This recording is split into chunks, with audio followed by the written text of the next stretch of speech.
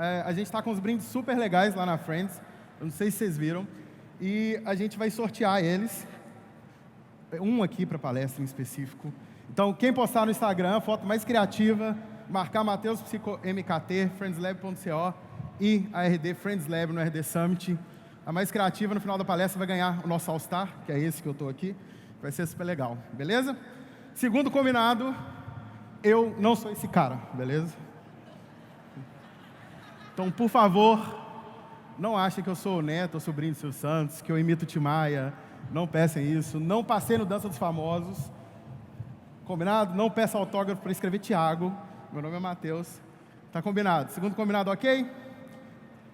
Terceiro combinado, o que eu vou falar aqui hoje é sobre psicologia e marketing. Ou seja, nem tudo que eu vou falar diz respeito a neuromarketing.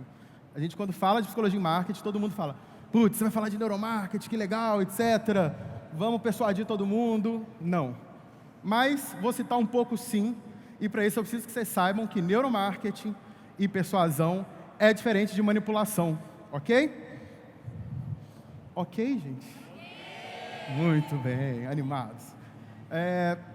Diante disso, a gente precisa de entender que o que eu vou falar, eu me perguntei muito, por que um psicólogo está falando de marketing? Né? O que tem a ver isso? Quem acha que tem a ver, levanta a mão, por favor. Pô, obrigado. Quem é psicólogo aqui? Tem algum psicólogo? Cacete. É raro ver isso, hein? Muito bom. Vem logo na nossa cabeça termos como consciência, mente, decisão, vendas, persuasão e por aí vai. Mas o que eu vou falar aqui hoje diz respeito a... Se você não entende o comportamento, provavelmente, quase com toda certeza, você não vai entender o marketing. E é muito importante que vocês saibam disso. E eu queria que vocês assistissem esse vídeo.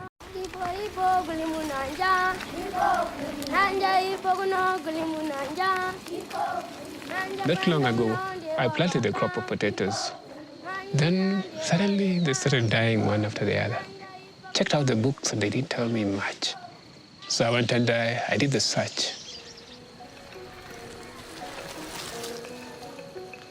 Potato diseases. One of the websites told me that ants could be the problem. It said sprinkle wood ash over the plants. Then after a few days, the ants disappeared. I got excited about the internet. I have this friend, he really would like to expand his business. So we went with him to the cyber cafe and we checked out several sites. When I met him next, he was going to put a windmill at a local school. I felt proud because something that wasn't there before was suddenly there. I realized that not everybody can be able to access what I was able to access. I thought that I need to have an internet that my grandmother can use. And so I thought about a notice board, a simple wooden notice board. When I get information on my phone, I'm able to post the information on the notice board. So it's basically like a computer. I use the internet to help people. I think I'm searching for a better life for me and my neighbors. So many people have access to information, but there's no follow-up to that. I think a follow-up to that is our knowledge. When people have the knowledge, they can find solutions without having to be helped out. Information is powerful, but it is how we use it that will define us.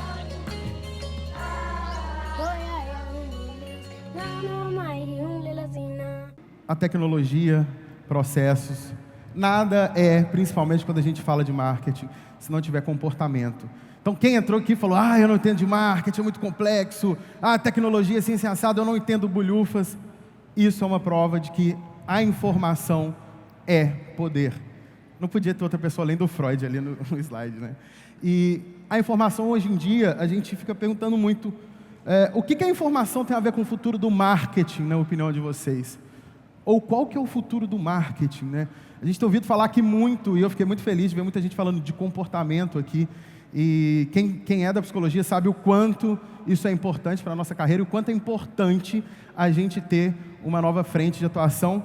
E a informação e o futuro do marketing, para mim, se resume nessa palavra: dados. Afinal, o que é dado? O que vem na cabeça de vocês quando a gente fala de dado? Dado nada mais é que um registro. Eu não sei se vocês concordam, um registro, um rastro. Para um dado existir, de um lado eu tenho que ter uma ação. E se eu tenho uma ação, o que motiva essa ação? É um comportamento. Vocês concordam com isso? Sim. Está muito legal isso, a interação. Aí fica pessoas questionando. Sim, eu acho que sim. Sim, o dado é um registro de um comportamento. E quando a gente pensa no futuro do marketing, o que a gente vai fazer com esses dados? O que mais a gente escutou? Quem viu aquele data wall que tem na entrada, que tem lá clusterizado qual que é o tema que está sendo mais falado e qual que são os temas do futuro do marketing? O que tem ali? Quem sabe? O que está com mais adesivinho? Inteligência artificial. A inteligência artificial, ela funciona a partir de quê? Dados. E qual é o objetivo da inteligência artificial? Ser mais humano que o próprio humano. Sem fantasmas, sem angústia, sem tristeza. E a partir disso, se eu tenho inteligência artificial a esse ponto, eu tenho no início da cadeia comportamento, eu tenho no final da cadeia comportamento. Se você não entender de comportamento, você não vai entender de marketing, você não vai entender de negócio. E aí a gente passa para uma linha muito tênue entre o comportamento humano, o ser humano e a inteligência artificial. Essa linha é muito tênue. E aí a gente fica desesperado, né? Será que no futuro eu vou apresentar minha namorada para minha mãe e vou falar, tá aqui minha namorada. Ela, ser humano roubou meu filho. E a gente assusta com isso, né? Será que daqui a 20 anos, quando a gente tiver acesso a várias soluções para doenças, ninguém mais vai morrer por causa de doença? Imagina, a gente tem que construir uma jornada de compra, obviamente quem tiver acesso, tá? E a gente tem que construir uma jornada de compra para uma pessoa de 18 para uma pessoa de 230 anos. Se você não entender de comportamento, provavelmente você não vai conseguir vender para essa pessoa. E sim, daqui a 20 anos, quem tiver acesso, provavelmente não vai morrer por causa de doença mais. Aí a gente fica desesperado. Eu lembro muito da minha mãe, quando eu falei, mãe, quando eu for lá para Paris, eu vou... Quando eu tinha 15 anos, eu estou com 30 hoje. Falei, mãe, quando eu for para Paris, eu vou filmar a Torre Eiffel, nós vamos viver isso junto. Falei, meu filho, para com essa macumba, isso não vai dar não. Aí quando eu fui, eu fiz isso com ela pelo FaceTime. E para ela era um absurdo essa época. Talvez foi para vocês eu falar da questão da doença, que a gente tem que pensar muito no futuro e priorizar comportamento. Tem uma frase que eu gosto muito do CEO da Apple, que ele fala, não me preocupa que as máquinas pensem como pessoas. Eu me preocupo que haja pessoas que pensam como máquinas, né? Esse é um grande ponto que eu sempre falo. A gente não precisa de ter medo disso. E, aliás, o que a gente pode usar a nosso favor, né? Será que as máquinas que devem assustar com a gente, né? E eu pego um exemplo, trazendo a questão dos dados. Aonde estão esses dados? Esses dados estão a todos os lugares, né? Está todo mundo aqui gerando dado o tempo todo. E a gente pega um exemplo clássico da eleição, que foi o seguinte. Eleição no Brasil, 147 milhões de eleitores, 2.500 entrevistados, ou seja, uma pessoa representa voto de 58 mil brasileiros. É muito pouco. Por que insiste nisso hoje? Claro, eu não estou tirando toda a ciência diante de um campo amostral, mas a gente não consegue ver qualitativamente o porquê que as pessoas estão votando em determinado candidato ou outro, né? E aí, a gente tem, além desses dados estruturados que a gente pode ter, a sociedade, antes da internet, ela gerava dados de uma forma muito lenta. Você imagina que se eu estivesse dando a mesma palestra aqui, há 20 anos atrás, eu não poderia fazer a gincana do tênis, por exemplo. Seriam menos pessoas gerando dados. E quantos dados a gente pode gerar aqui? Aqui deve ter 2.000 pessoas. Se todo mundo participar dessa gincana, olha o tanto de dado que vai ser gerado. Olha o tanto de dado que fizeram você sair de onde estava e chegar até aqui e vocês deixarem esse rastro. E hoje, depois da internet, basicamente está exponencialmente o volume de dados gerados na sociedade. E aí, quando a gente pensa isso, eu queria dar uma dica muito legal para vocês. É uma ferramenta, até fiz sobre o RD Summit. Tem um site dela, chama neoformix.com/spot. E ela pega um campo amostral ali do Twitter do que as pessoas estão falando sobre determinados temas. Então eu joguei lá RD Summit e ele fica trocando a todo tempo, através de nuvem de palavras, o que as pessoas estão falando e quais são os pontos mais interessantes.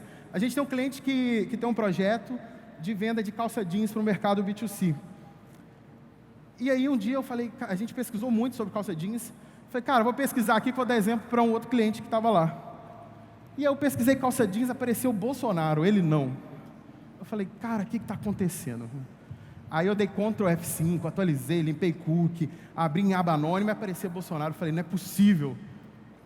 Quando eu fui ver, foi um monte de gente falando, meu candidato usava calça jeans e ele usava terno. Eu falei, cara, eu nem prestei atenção nisso, eu ignorei simplesmente o que estava sendo falado ali. Se eu trabalhasse com calça jeans, eu tinha que me atentar com isso. Se eu fosse do comitê eleitoral do Bolsonaro, eu tinha que atentar com isso. Se eu fosse do PT, eu também tinha que atentar com isso. Só que as pessoas não preocupam com isso. As pessoas ignoram os dados. E principalmente o que os dados trazem de comportamento. É uma ferramenta super legal, então eu super indico para vocês, assim.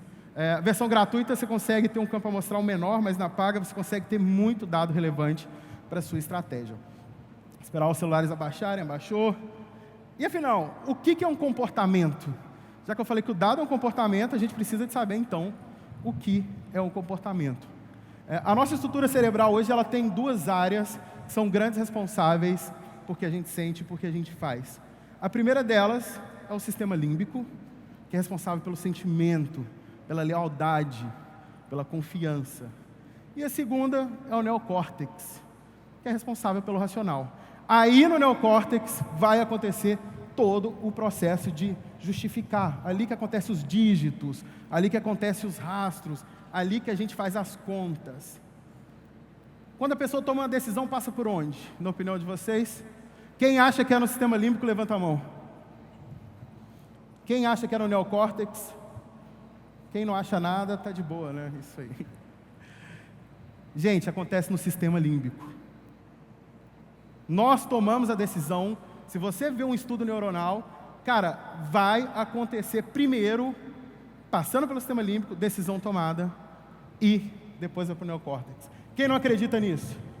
Levanta a mão quem não acredita.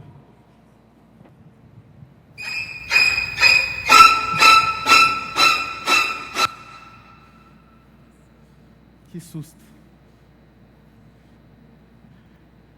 Exemplo aqui na prática do que acontece. O que aconteceu? Eu recebi o estímulo. A hora que eu recebi o estímulo, eu senti aquilo. Naquele momento que eu senti, o que eu fiz? Reagi. Que susto. O que é isso? O que o Tiago Abravanel está falando na palestra dele? Colocou psicose. O que tem a ver com isso? Depois disso, eu racionalizei.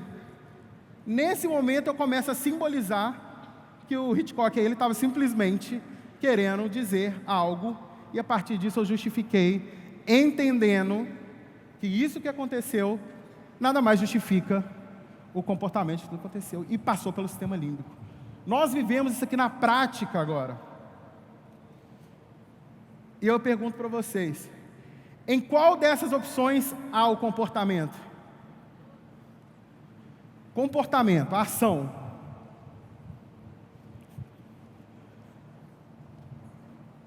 No reagir. A ação aconteceu no momento que você reagiu.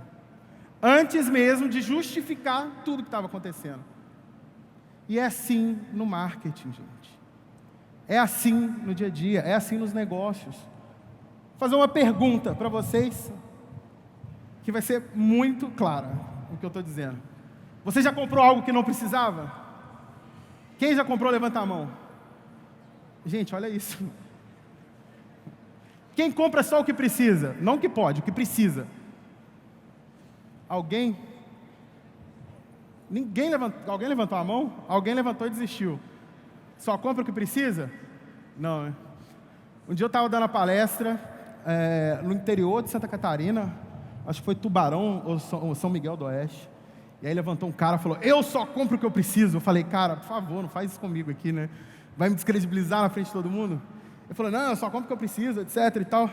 E era um senhor de idade, eu falei, cara, você tem neto? Ele falou, tenho. Você já deu presente pro seu neto? Ele falou, já. Ele era recém-nascido? Sim. Ah, ele pediu o que ele queria então. Ele te falou o que ele queria. A gente não compra o que a gente precisa. A todo momento a gente faz isso. Aí você fala, putz, Mateus, beleza, como que eu vou trazer isso para o meu negócio? E aí a gente tem que pegar essa escala e principalmente entender que a base de toda a pirâmide vai ser o dado. E dado, toda vez que eu falar isso, entenda como comportamento. E aí desse dado eu tiro uma informação, a partir dela eu coloco cognição, eu coloco conhecimento. Eu entendo o que é aquilo e tenho uma sabedoria para aquele dado. A partir disso, eu consigo, de fato, achar o valor. Essa é a principal dica aqui hoje. Quando for fazer uma jornada de compra para o cliente, quando for fazer uma jornada de compra para o seu negócio, ache o valor daquilo tudo. Saiba qual que é o valor da sua estratégia.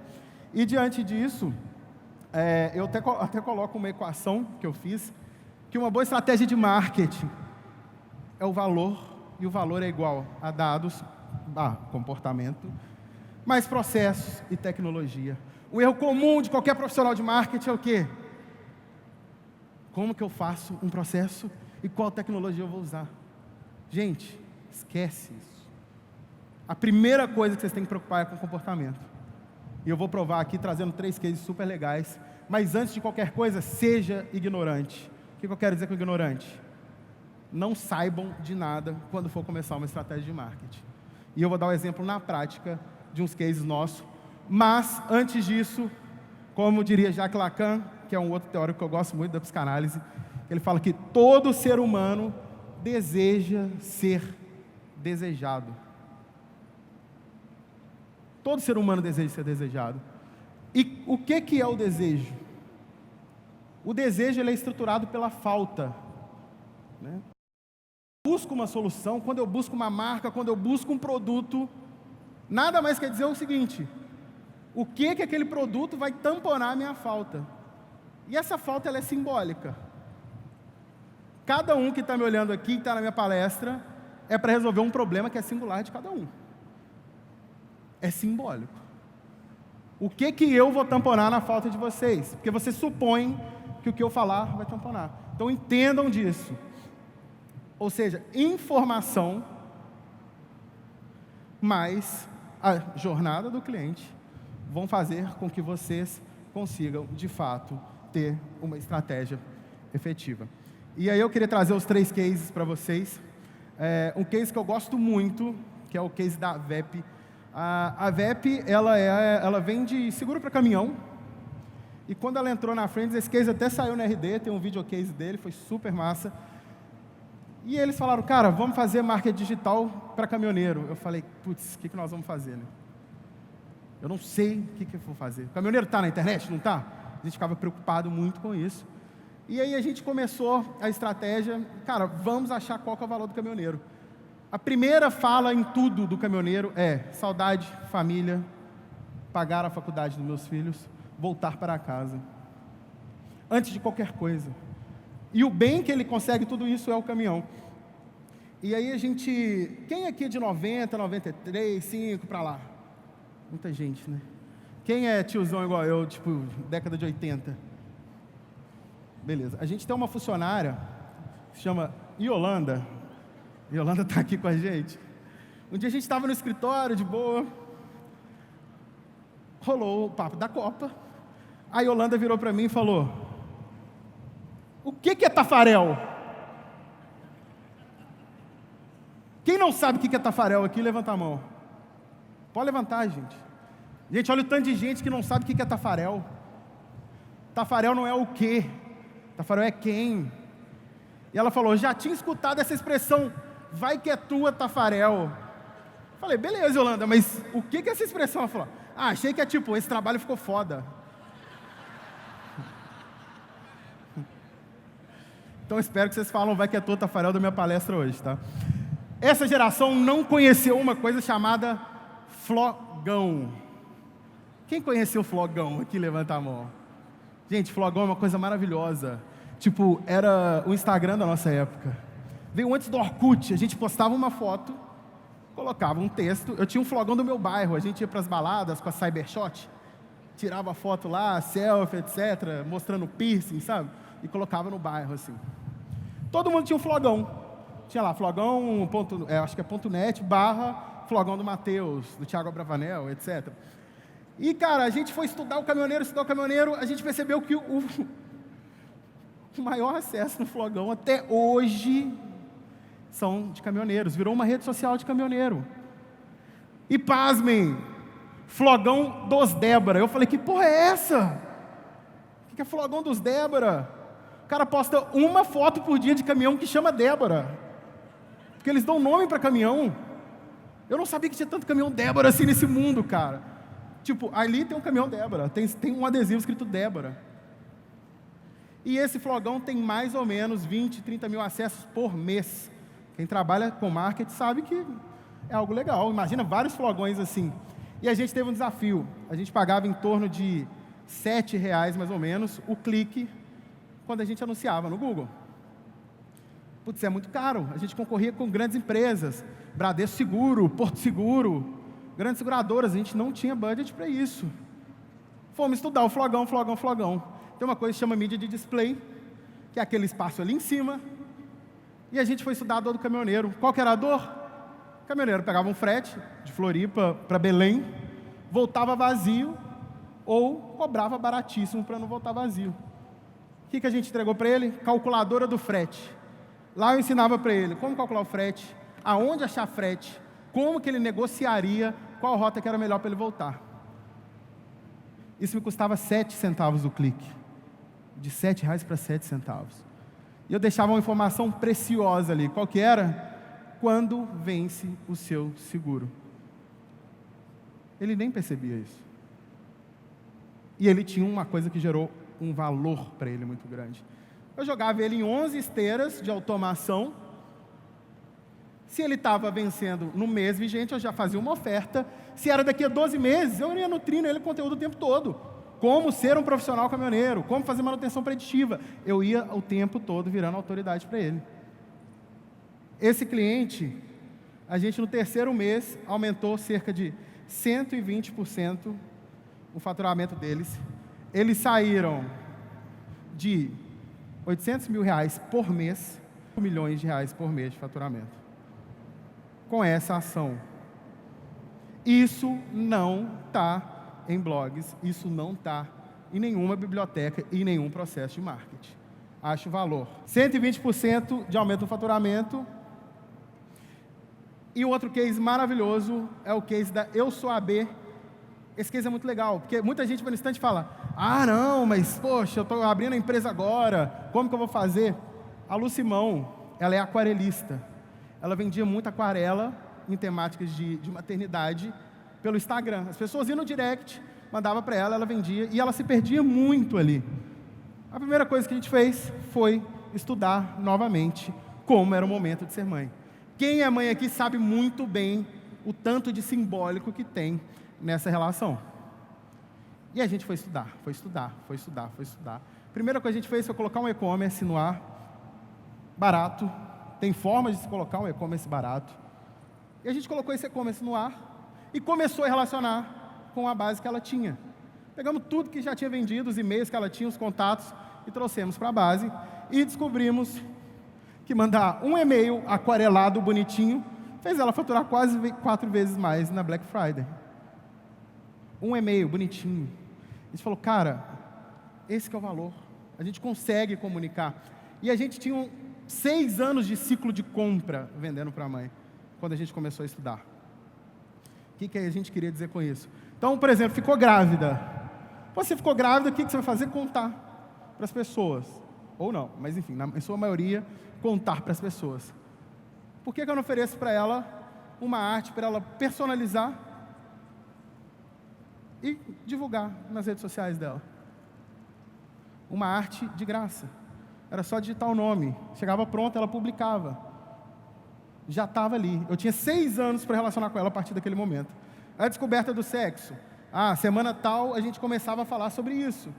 Quando ela descobria, a gente também dava um material para ela divulgar. Nesse momento ela colocava o nome do filho, se tivesse falado. Imagina, recebe lá, tipo, sei lá, oi Luciana, como é que a Paulinha tá? Tá chutando muito?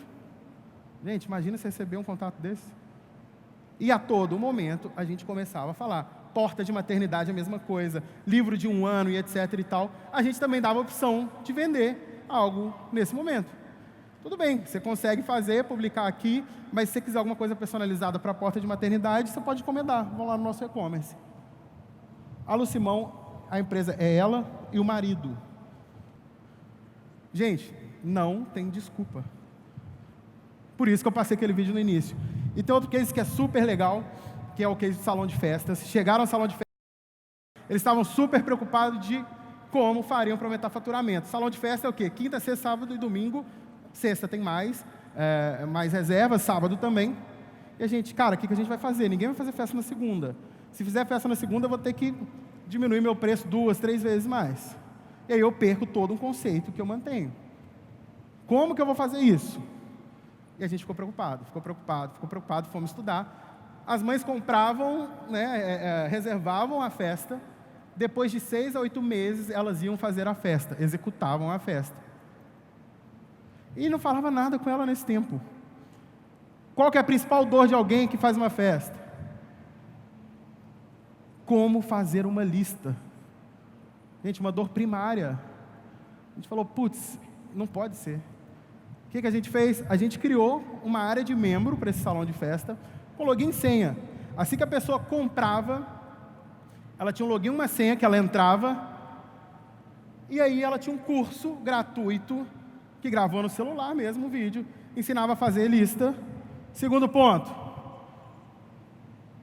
como tirar foto da festa.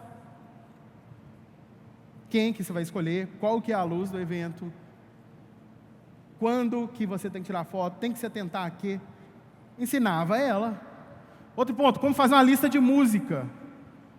Porque você tem que abaixar o batimento ali no final para você não pagar excedente para o salão. Como que ela ia tentar isso tudo?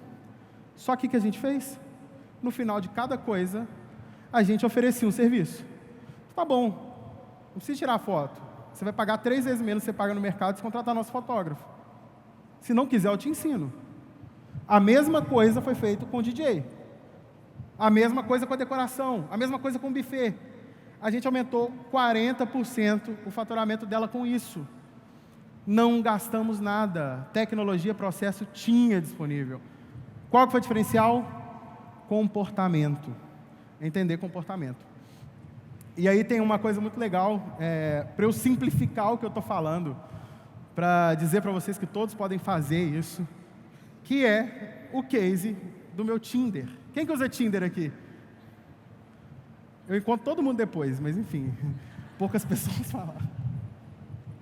Quem não conhece o Tinder? Muito bem. Você está feliz, né? O Tinder é quase que um cardápio humano ali, metaforicamente, tá? Você roda para o lado, se gostar, roda para o outro, se não gostar. E aí se encontra da match. Para os mais antigos é o affair. Aquele momento que, gostei. E aí o Tinder tem uma função que chama Smart Photo, aquele botão ali. Smart Photo faz teste AB da sua foto que mais converte. Qual que é a sua foto que as pessoas mais olham? Qual que tem mais conversão?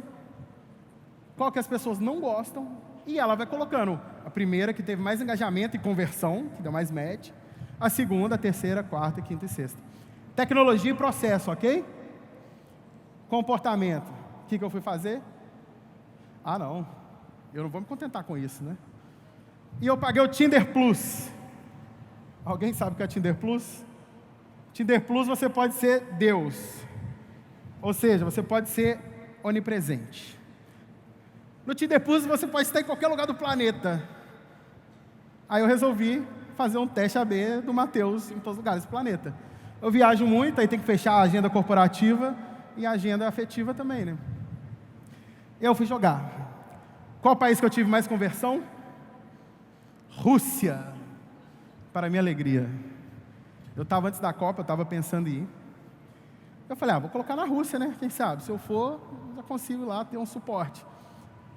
Gente, fui entender. Não, na Rússia era muito bom, cara. Era tipo assim, eu dava um like, dava match. Like, match. Lá eu falei, caramba.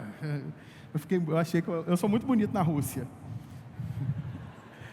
A minha pior taxa de conversão onde foi na minha cidade, Belo Horizonte, cara.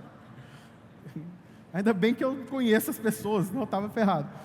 Em Los Angeles também, ou seja, não vou para Los Angeles tão cedo.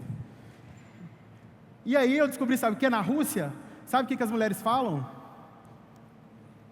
De caminho das Índias, Ixalá, quero muito ouro. Fala de Nazaré, elas assistem novelas brasileiras. Eu falei, que isso?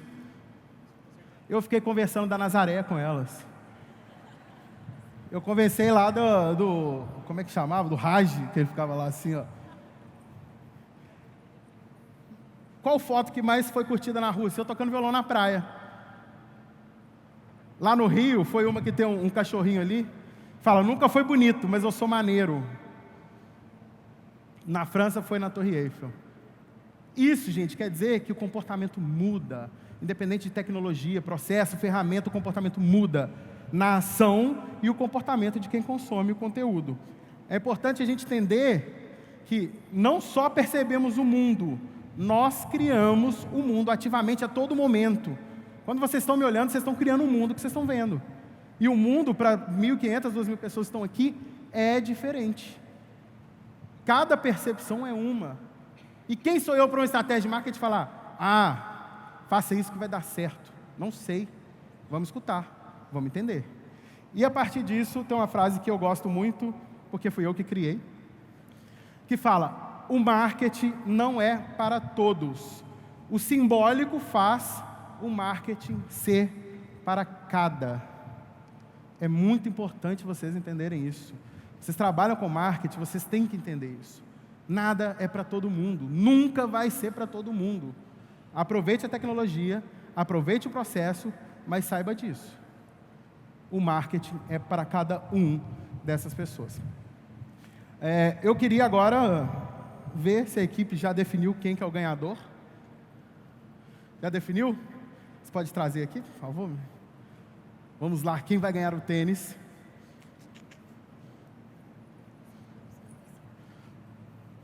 O tamanho, vocês olham lá no stand, tá? Guto Paixão. Boa, vem cá, meu sósia. Parece o tamanho, mas só para simbolizar. Se puder mostrar para a galera aí, a gente tirar uma foto comemorando. E tem a meia também, super legal. O simbólico é, por exemplo, comunicar por emoji. Quem gosta muito de comunicar por emoji aqui? Um dia eu mandei para minha mãe, te amo. Ela me mandou a carinha vermelha, com raiva. Falei, putz, mãe, eu te amo. Ela falou, mas o que aconteceu? Falei, essa carinha de raiva. Falei, meu filho, não é carinha de raiva. Eu fiquei vermelha de emocionada. Gente, a gente supõe muito.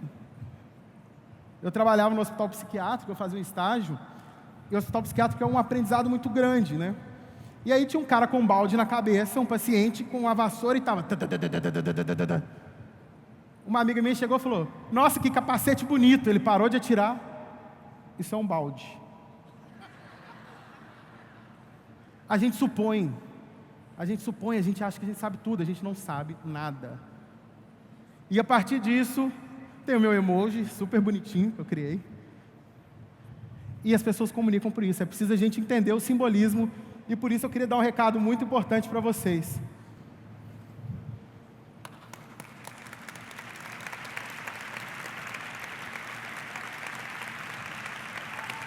Muito obrigado, gente. Valeu.